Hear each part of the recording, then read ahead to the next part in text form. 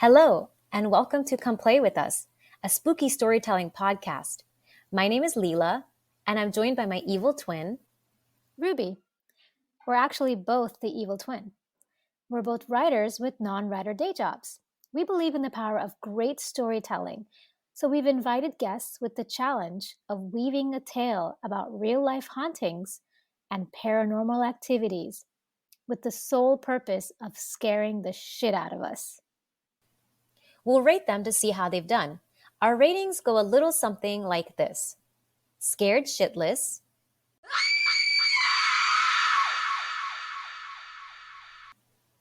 some chills,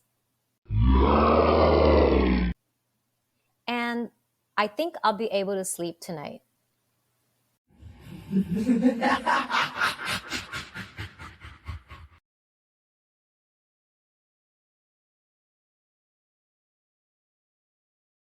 Hi everyone, welcome back. Today I'm gonna tell a scary story, and I'm gonna attempt to scare my friend and former colleague Adam.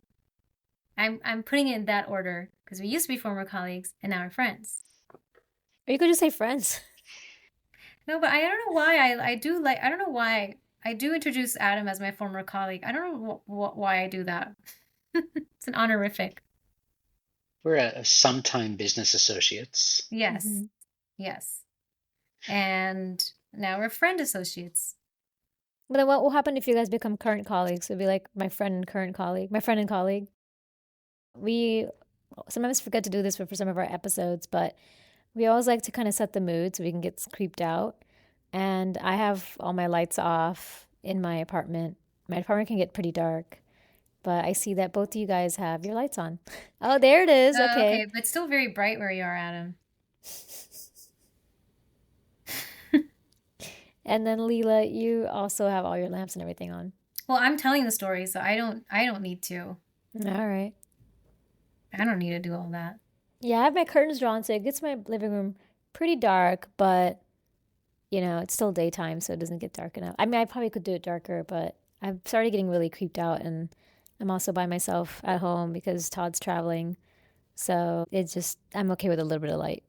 Yeah. Ooh, nice and Yep. dark. See Okay, get ready. that, Leila? That's how you do it. About to get scary up in here. All right. Well, today I'm going to tell you guys about a haunted hiking trail. Have you been on this trail, Leila? I have not. It's in LA actually, Ruby, and it's not far from where we used to go and hang out whenever we traveled. Oh, or maybe it is. It's in Whittier, California. Oh, yeah. I don't think that's anywhere near where we've been. Okay, then I have no concept of geography. All right, so it's called the Turnbull hike or Turnbull Canyon Trail.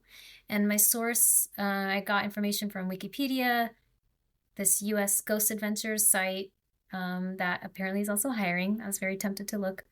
And a Haunted Los Angeles blog and some stuff from Reddit. So the Haunted Hiking Trail is part of the Turnbull Canyon Trail in, like I said, Whittier, California. It's part of the Puente Hills Reserve, and it has a prominent creek that gives life to the wilderness there. And the hike is a 4-mile hiking loop, and it's active. People do it all the time. People do it during the day. They do it during the night. There's a road that goes through it, so you can drive through the canyon as well. And so that's where I got some of my information is from people who've actually visited and been there. So lots of really weird and bizarre occurrences have happened, including mishaps and bad luck and paranormal sightings. And I almost feel like it's the Bermuda Triangle of Southern California. So first, I'll give y'all a little history. During the Spanish colonial era, legend has it that the Tongva Native Americans were put to death for rebellion. And they had called the land, I'm going to try to say this in the best way possible, Hutungna, which has several meanings, such as forbidden ground or the place of the devil. And some people think that the spirits still linger in the area after they were put to death, and that they had cursed the land after all the atrocities that they had faced. So fast forward to 1845, a man named William Workman rose in prominence in that area. There was a battle of governors happening, and he stumped on behalf of Governor Pio Pico, which, Ruby, you probably know from us visiting. A lot of places are called Pico. Oh, It's named yeah. after him.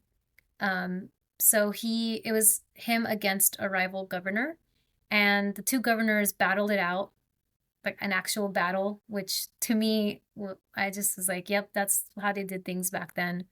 They had actual battles instead of, getting on a debate stage or, whatever governors do now, Or they had duels. or duels or whatever. And so after several victories, Pico became governor, and because of Workman's support, he was gifted nearly 50,000 acres of land, and the canyon was part of it. And then not long after, in the 1870s, Workman's property business was failing, and he had to foreclose on the land, and then he ended his life not long after. Then two Quaker men bought the land, but they didn't want to build a settlement where the canyon lay. So, or where actually where the creek was, for some reason, they didn't want to build there. So they actively tried to sell that section of it. And a Scottish immigrant, they were going back to Scotland. There's a lot of Scotland in this, I guess, season so far. Was he descended from incest cannibals? Maybe. I guess you'll know soon enough. A Scottish immigrant named Robert Turnbull bought the land from the Quakers to do sheep farming, but he eventually went broke. And by the late 1880s, he became the town drunk. And after a night of heavy drinking, he fell from his horse on the way home and was jailed for public drunkenness. The next day, when he got out of Wait, jail, I'm sorry. I feel like falling from your horse was like a back then version of like a DUI. yeah, it was Yeah. a HUI. But yeah, Horse under intoxication. horsing under an Or maybe riding under RUI? yeah. And I don't know, that's if you fall from a horse and you're already drunk, I don't know, that's like a death sentence, I feel like. Back then. So the next day on his way home from the jail, he suffered an aneurysm that was likely caused from his injuries, and as he was walking across a bridge, he fell over the side into a river and died. But the coroner at the time felt he had been murdered, and there wasn't much explanation why the coroner felt like that. So his death is unsolved to this day, but the canyon was named in his honor. In the late 1800s, it also became a spot for oil drilling, and a road was paved through the canyon.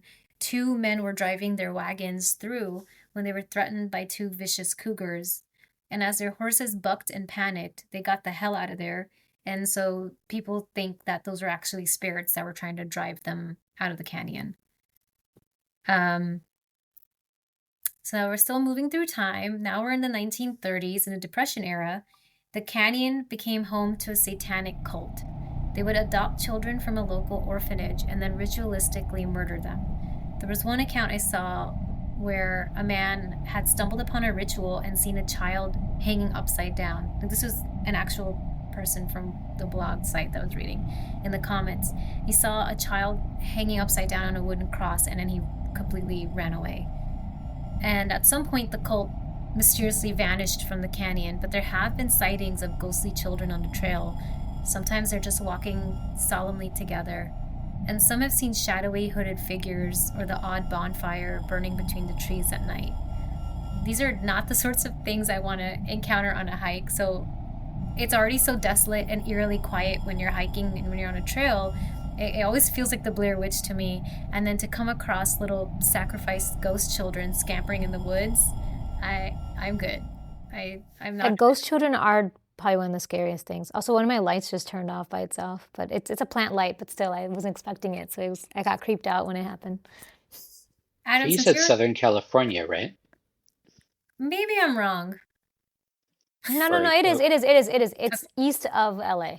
There you go. yeah, because Yeah. Cougars in Southern California. I'm wondering, like, so kind of deserty, but still where there's a lot of trees. You're putting me in the picture here. It's good. Yeah, yeah, yeah. Like it's hilly, lots of trees. And yeah. And Adam, since you're a longtime listener, you probably know that sometimes when we record the podcast, weird stuff happens, and Mhm. like the software we're using crashing or something. So yeah, Ruby's light turning off is not. I am not surprised. Okay. So I mean, it's on a timer, but still, it just scared oh, me well, then because we never were talking about ghost children. never So mind. Then in 1952, Flight 416 was flying from New York to LA when LAX ground control lost contact with the flight. The plane never made it to its final destination. Instead, it had crashed in the canyon after the pilot, due to extreme fogginess, flew 10,000 feet below altitude because he couldn't see where he was going. A wing slammed against the canyon wall. Oh, God. I just freaked out. Gizmo just somehow got back into the room and she rubbed up against my foot and I thought it was a ghost child. maybe she's possessed by the spirit of a ghost child. I think she might be like have the spirit of like an old serial killer in her Child's Play style. Mm-hmm. You think so? Because you got to know Gizmo well when you guys were cat sitting for us. I'd wake up, she'd have her claws at my throat. She just left. No, I've woken up and she's just staring at me calmly, and I'm like, how long has she been sitting there staring at me? Hours. Who knows? Anyway, so a wing of the plane slammed against the canyon wall and the plane spun and crashed, bursting into flames. There were 29 people on board and all perished on impact. A rancher saw smoke over the hills in the canyon and went to investigate, where he found the flames and the twisted metal of the wreckage. So today, people report seeing or smelling smoke in the canyon or hearing loud thunderous booms. And in the 1940s, a mental institution was located on a hill above the canyon. It burned down, and some 20 odd years later, some kids were hanging out in the ruins, messing around as kids do. And one of them saw the electroshock therapy devices that were used back then, and he went over to play with it. When he picked it up and put the helmet on his head, he was immediately electrocuted and died right before his friends' eyes, which was unusual because the electricity had been shut off for decades. This is just like a very cursed area then. Just all these misfortunes keep happening. Yeah. When I'm only at the 1940s, so I feel like, you know, these are all isolated incidents, but something has to be kind of bringing that misfortune. I almost feel like it's just all the spirits all together, like, right there, do you see a plane? Let's, you know, and I don't know, it's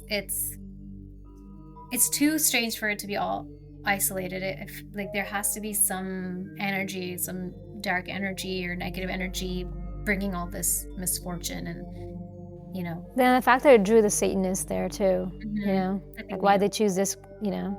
Yeah, and even though they started in the 30s, some accounts of people who lived there in the 70s still saw, you know, active Satanists, because I think Satanism was really big in the 70s.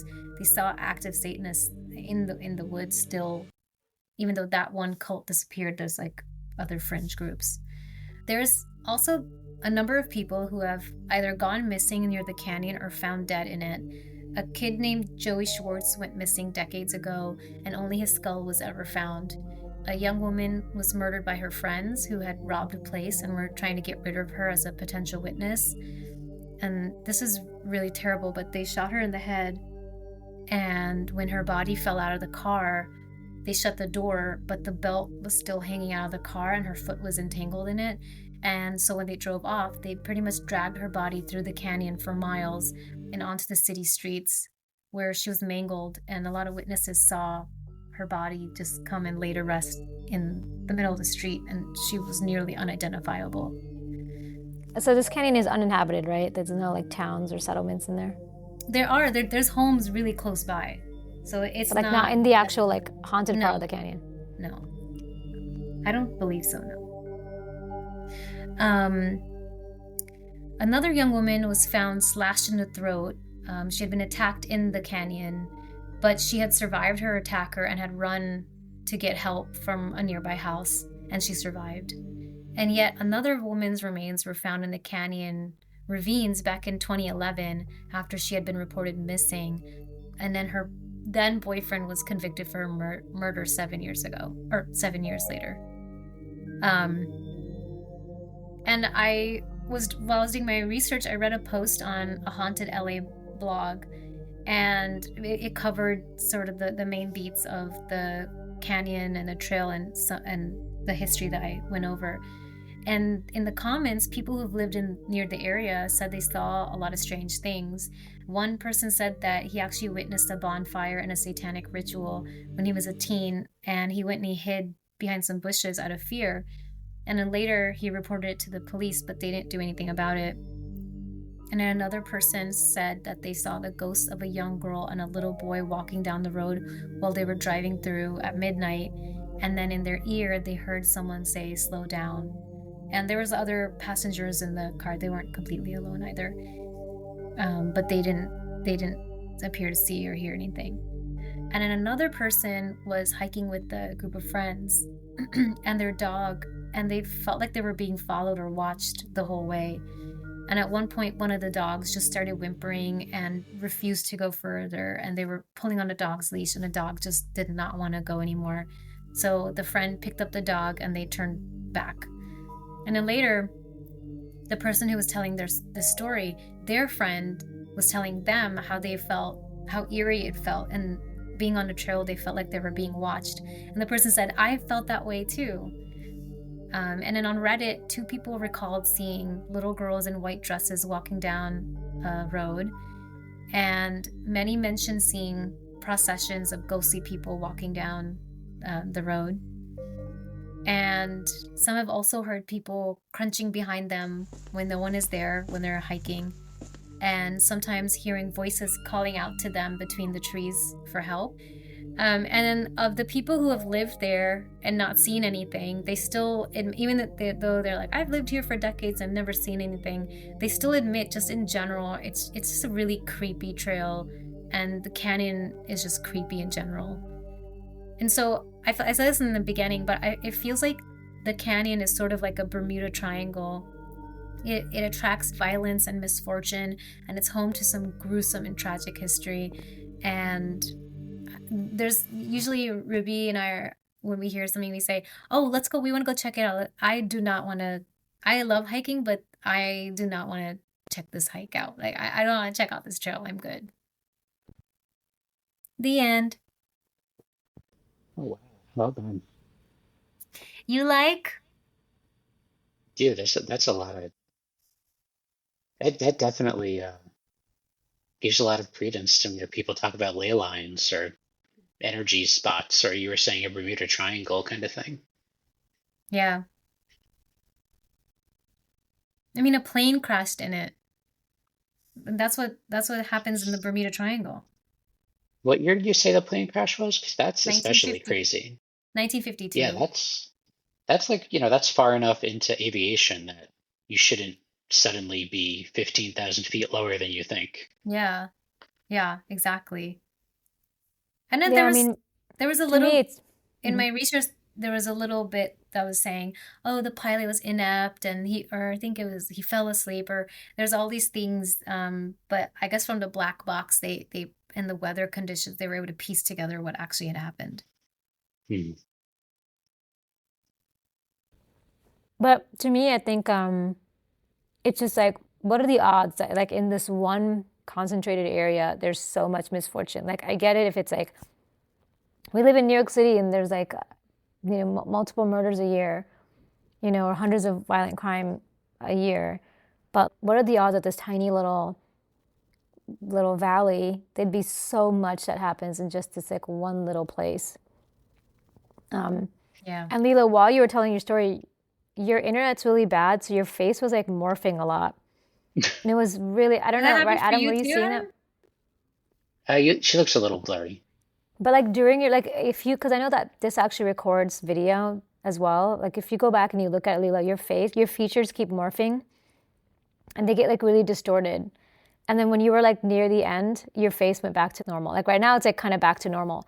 But it was like your nose became like two black slits and your eyes were like, I could barely see them in your mouth. I could barely see it. And like your cheeks would look like they were just like moved, like kind of like moving. Ooh, Yeah, go back and watch this. Maybe we can put like a little screen grab of it on our site. that's creepy. A couple of screen, but yeah, your face now it's like your face is fine. But like during that entire I was time, kind of it was moving. like I was like kind of moving in my seat. It was going back and forth. no, your face looked still though. It looked still, but like your features were all like weird and morphed out. You'll have to go back and look, and you'll probably be creeped out seeing that. But yeah, I was kind of watching that while you were talking, and I was like, this is really creepy.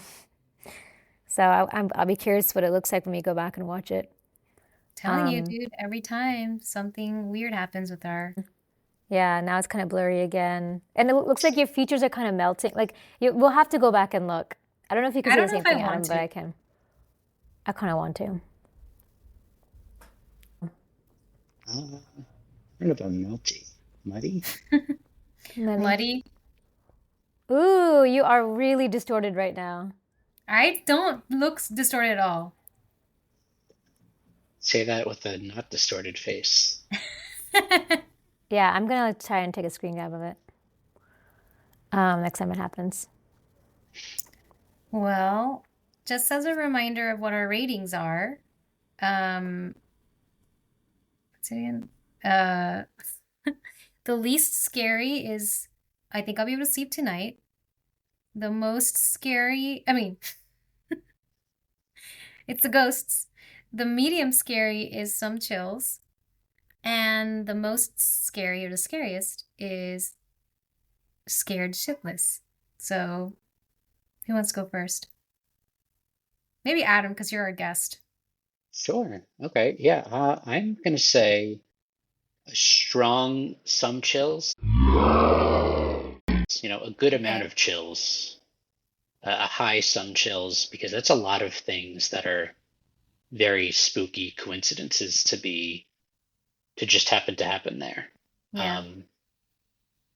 Bad things happening to kids, a teenager electrocuting himself.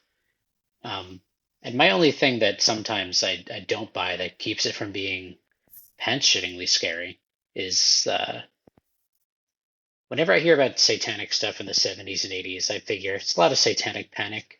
It's what that story really is I saw a guy and he was probably worshiping Satan out there.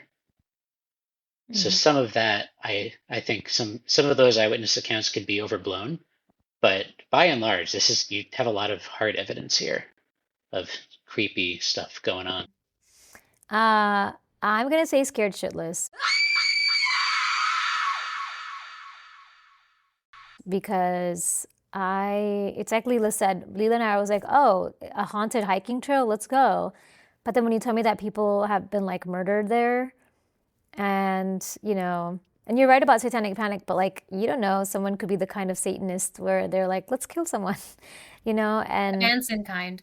I can't believe that there's people that still go hiking there, but I'm like, I'm not gonna take the risk. Like I can imagine if I were knowing what I know now and knowing that dead bodies have been found around there. Like even if I just looked at it like practically and without any of the supernatural stuff, the fact that people have actually like been found murdered there, I feel like if I went on a hike, like my heart would be in my throat the entire time. Like I would not be able to. I would be scared. And usually I'm scared of bears, but I would not be.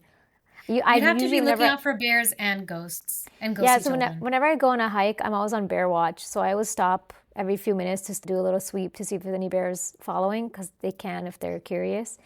And I never carry bear mace, but I've always thought about just getting it anyway, because I'm just terrified of bears ever since I saw The Revenant and that bear attack scene that goes on for way too long. I'm like, and then it comes back. Like it's like you think it's done, and then it kind of like leaves, but then it comes back for more. Like I've just been so terrified of bears that I know too much about them now. And yeah, I would be looking for people. I just wouldn't try. I already know myself, and I would be like, I'm not ever hiking there ever in my life, just knowing. So that's how I'm scared shitless, because I'm like, for me to avoid usually I'm like drawn to haunted places, but for me to avoid a haunted place, That's usually where I'm like, okay, I'm actually scared. Yeah. Yeah, and I feel like hiking is really nice pastime when you're doing it with people. And I've done it a couple times on my own.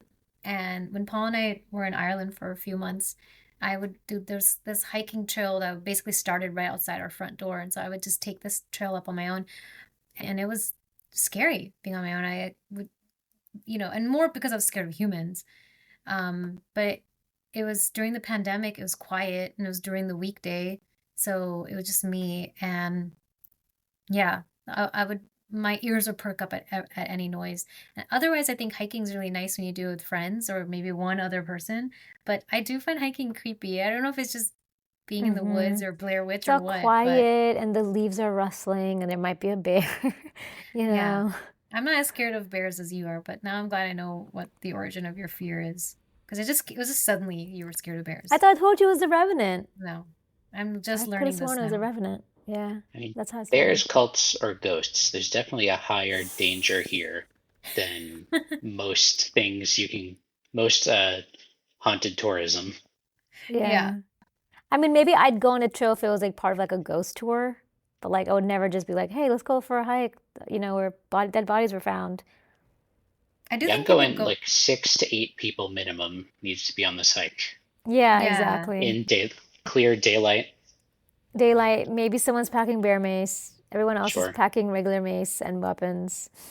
And I want everyone to be in a circle and I want to just be safe in the center. hmm And 4 miles is, I mean, that's a loop, but Yeah. that's not too long a hike either. So that's really crazy. Yeah. Mhm. Yeah. Also, didn't help that your face kept distorting while you were telling the story. So, It's the ghosts and the machine. hmm hmm New Um, filter she's trying. hmm ghost filter.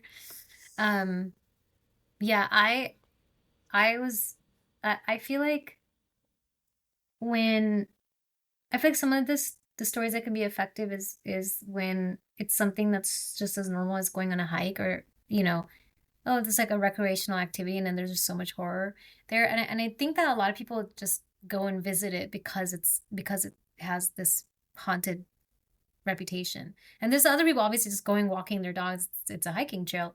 But there's this, I didn't mention this, but there's this thing called Hell's Gate, and it's locked up and people are like, "Oh, it's called Hell's Gate," but it's just a gate to probably a property, but it's like it looks creepy, I guess, to people. So there are people who go and seek it out, but I'm good.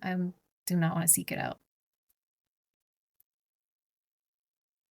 All right, well, thanks so much for coming on, Adam, and I'm glad I gave you some chills. Um, I'm gonna get you next time, though. I'm gonna do a really scary one next time. It's Um, nice when Thank you you. say it's nice when you say some chills because then it makes us want to like yeah, get you, get and scare you. that's a challenge. Yeah, no, I'm pretty chilled out right now. I mean, I'm not chilled out, but I am chilled. And chilled up. Yeah, I was a little disappointed when you're like, I'm chilled out. No, you should be scared, No, but I'm that's, not yeah. chilled out. No, it was a very well told story. Thank you. Thank you. So we'll have you back soon again. Great. Thank you. Thanks. Thanks so much for listening. If you'd like to get in touch, you can reach us at podcomeplayWithUs@gmail.com. We'd love to hear from our listeners. So if you have real life ghost stories or paranormal encounters and you think it'll scare the shit out of us, please send them in. Until next time, goodbye. Bye.